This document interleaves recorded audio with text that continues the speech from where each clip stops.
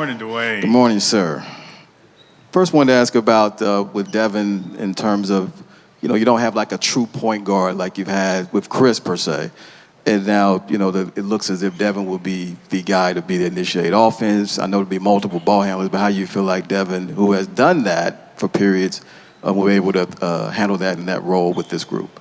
I mean, Devin's a player. I mean, he's been able to figure out how to be effective on the ball, off the ball. When you add him plus Brad and the guys that we don't really talk about, Jordan Goodwins of our team, the Eric Gordons of our team, we have more than enough ball handling. And when you have great players, they find a way to make great plays. So I'm excited about the opportunity for him, and I can tell you he's not going to complain about having the ball in his hands more. So we're looking forward to that. Okay. And then obviously with the trade, obviously much as obviously talked about Aiden, but what do you feel like you guys are getting in Nurkic in return that's going to, because Matt talked about fit, so could you just elaborate on that, on how you think the fit will be with Nurkic at center? I mean, Nurk's going to be great for us. His skill set complements our best guys, and more importantly, he's ready to win. He's been in a situation the last few years where they're just playing to try to get to where we are, but we're playing to win championships. And if you get a really good player who's motivated and you give them an opportunity to win a title, you usually see the best versions of those players. And so I know we talk about Nurk, but we also got Nasir.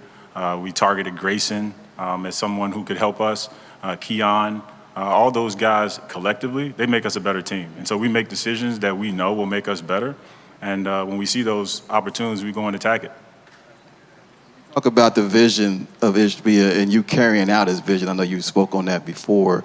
How big is that, just having that connectivity with him and knowing, okay, this is what he wants, and it's my job to go out and make the move to please what we're trying to do as a team? For me, it's phenomenal. Rarely do you get a chance to have someone whose visions and goals line up with yours. Like, make no mistake about it. We're about winning. I want to win games. I'm not trying to win the media. I'm not trying to win press conferences. I just want to win games. It takes a lot of winning to win a title.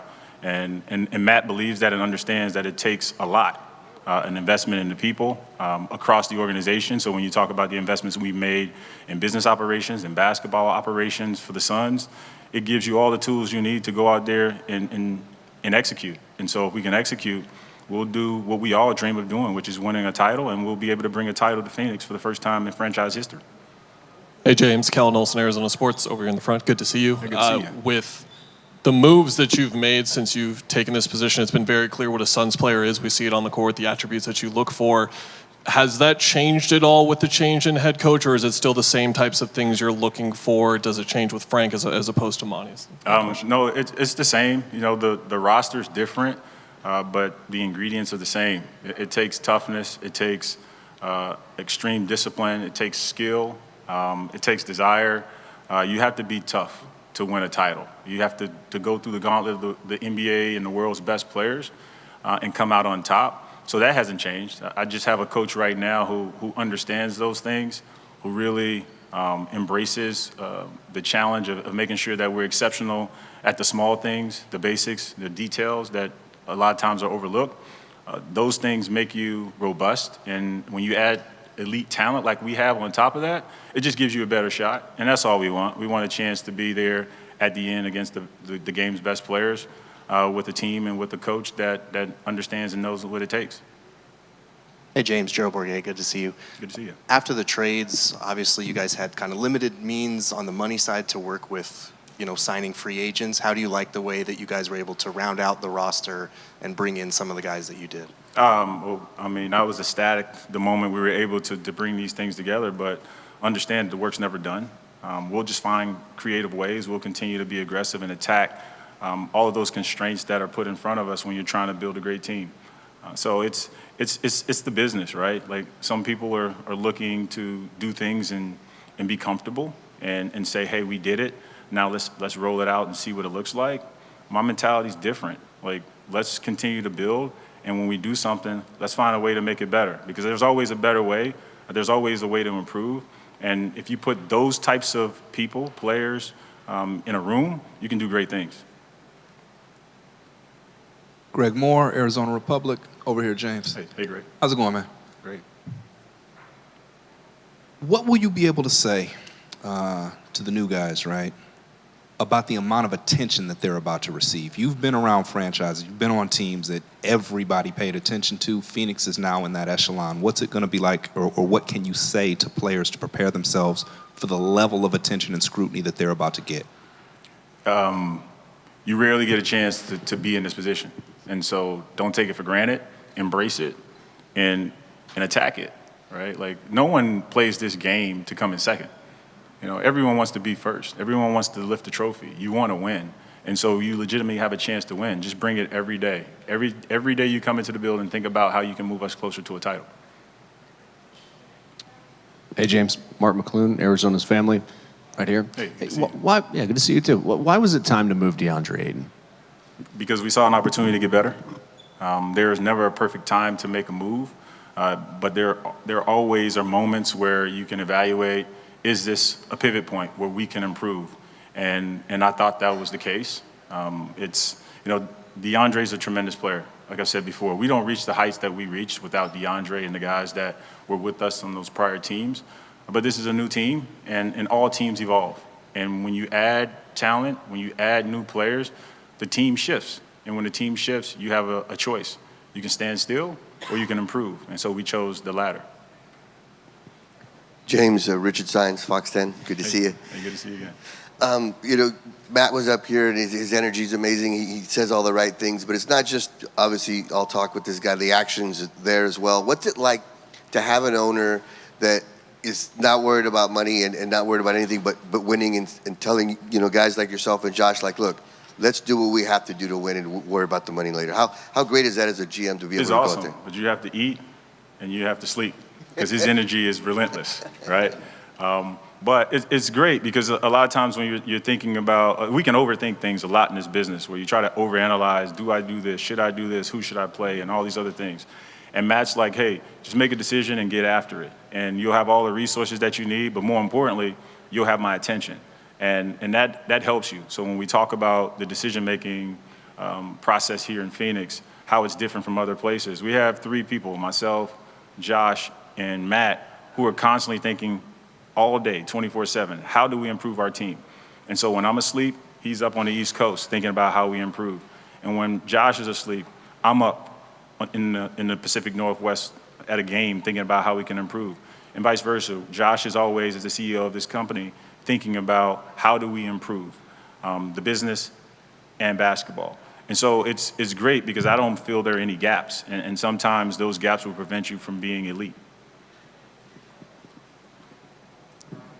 James, Amin El-Hassan, Meadowlark Media. Hey, Amin. How What's you up, doing? James? How's it going? Good. How long were you guys engaged with Portland on a deal for Nurkic? And then generically, what's been the hardest part of this offseason for you? We were engaged with them long enough to make a deal. And that's my answer for that. What was the second part of your question? It was, what's been the hardest part of this offseason for you?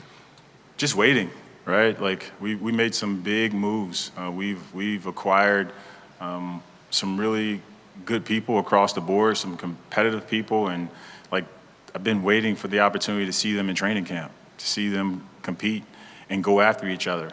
Because as much as it seems like it's nice, we have three guys at the top of our roster that are fighting to be the best versions of themselves, and that's pretty cool to watch. And so I'm just looking forward to training camp getting started and us playing real games where we can really lock in and focus on who we are and continue to build the chemistry necessary to win in the playoffs. Because that's all we're looking at right now is how can we build the necessary chemistry to win in the playoffs. James, Doug Haller, The Athletic over here. Hey, Doug. Good to see you. Matt Ishbia takes over last February. New ideas, new leader. There are speculation about his leadership team. Was there ever a time where you wondered about your future here in Phoenix? And if so, how did you approach that? Well, to be candid, I think about my future all the time because I hold myself to a standard. Like if I'm in a position where I'm not helping this team win, I'm thinking, am I doing my job, right? And when you're talking about being dependable and being a teammate and being someone that has to be on point for things to come together, internally you think about it. But as far as like worrying about my future, no. If you do that, like you're looking backwards. I'm always looking forward. If I do my job and we do the things that I think we can, everything will take care of itself. You know, we'll do what I set out to do when I took this job and I made the transition from being a player to being an executive. I want to be a part of a team or lead a team to a championship. And that's my only focus. And if I'm not doing that, I'm not doing the job. And what comes with that, I'm cool with.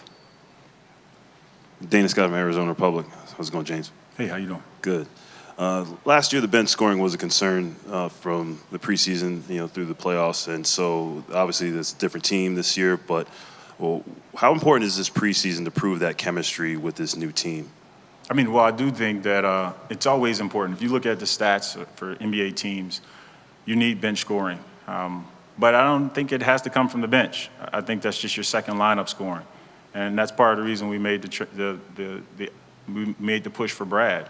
If we can leave one of our elite scorers on the floor with our secondary lineup, you supplement that with really good backup players or guys at the second level of the rotation. It just gives you the ability to score with your second unit. And you have to be able to do that because we can't expect our top guys to have it every night. And we have to win that game with our second unit. So it's always a concern for me. It's always something that we think about. Is that an external is there an external solution or an internal solution? I think right now we have a blend of both with the acquisitions that we've made. James, over here. Dave King with SB Nation Brightside.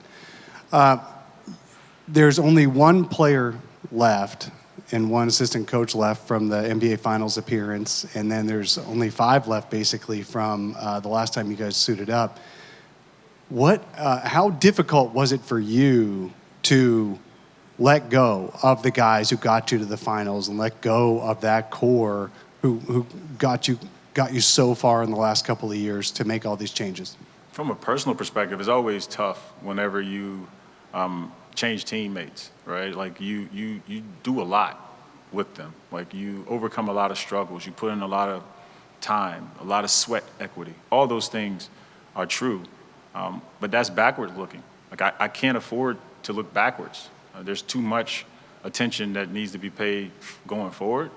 So it's a part of the game. It's a part of the business. And as teams grow, they change. And we've grown, and so we've changed. But I still believe that no matter like where we are, or where we've been, our future is bright, and that's where we all have to look. Hi, James. Doug Franz Unplugged, WTSMTV.com. You said earlier you targeted Grayson Allen. You thought he could help. You know his reputation. Some people say play with an edge. Other people say dirty. Do you embrace that edge? Do you think this team needs a Grayson Allen, or do you want him to work on changing that perception? I just think the mentality, it's not a player individually. Like, we just need a tough mentality. And yeah, you have to play on the edges. I'm not talking about being reckless. We'll never, ever encourage a player to injure someone. Like, you can compete without being reckless. I just think that for us, our environment will dictate how our guys behave. Our actions will matter. You know, like you'll see, like that's not who we are. That's not who we've ever been. And players usually adjust. They'll adapt. And I'm pretty sure Grayson knows that if he's surrounded by players that push it, he maybe doesn't have to push as hard. But collectively as a group, yeah, we're going to play with an edge.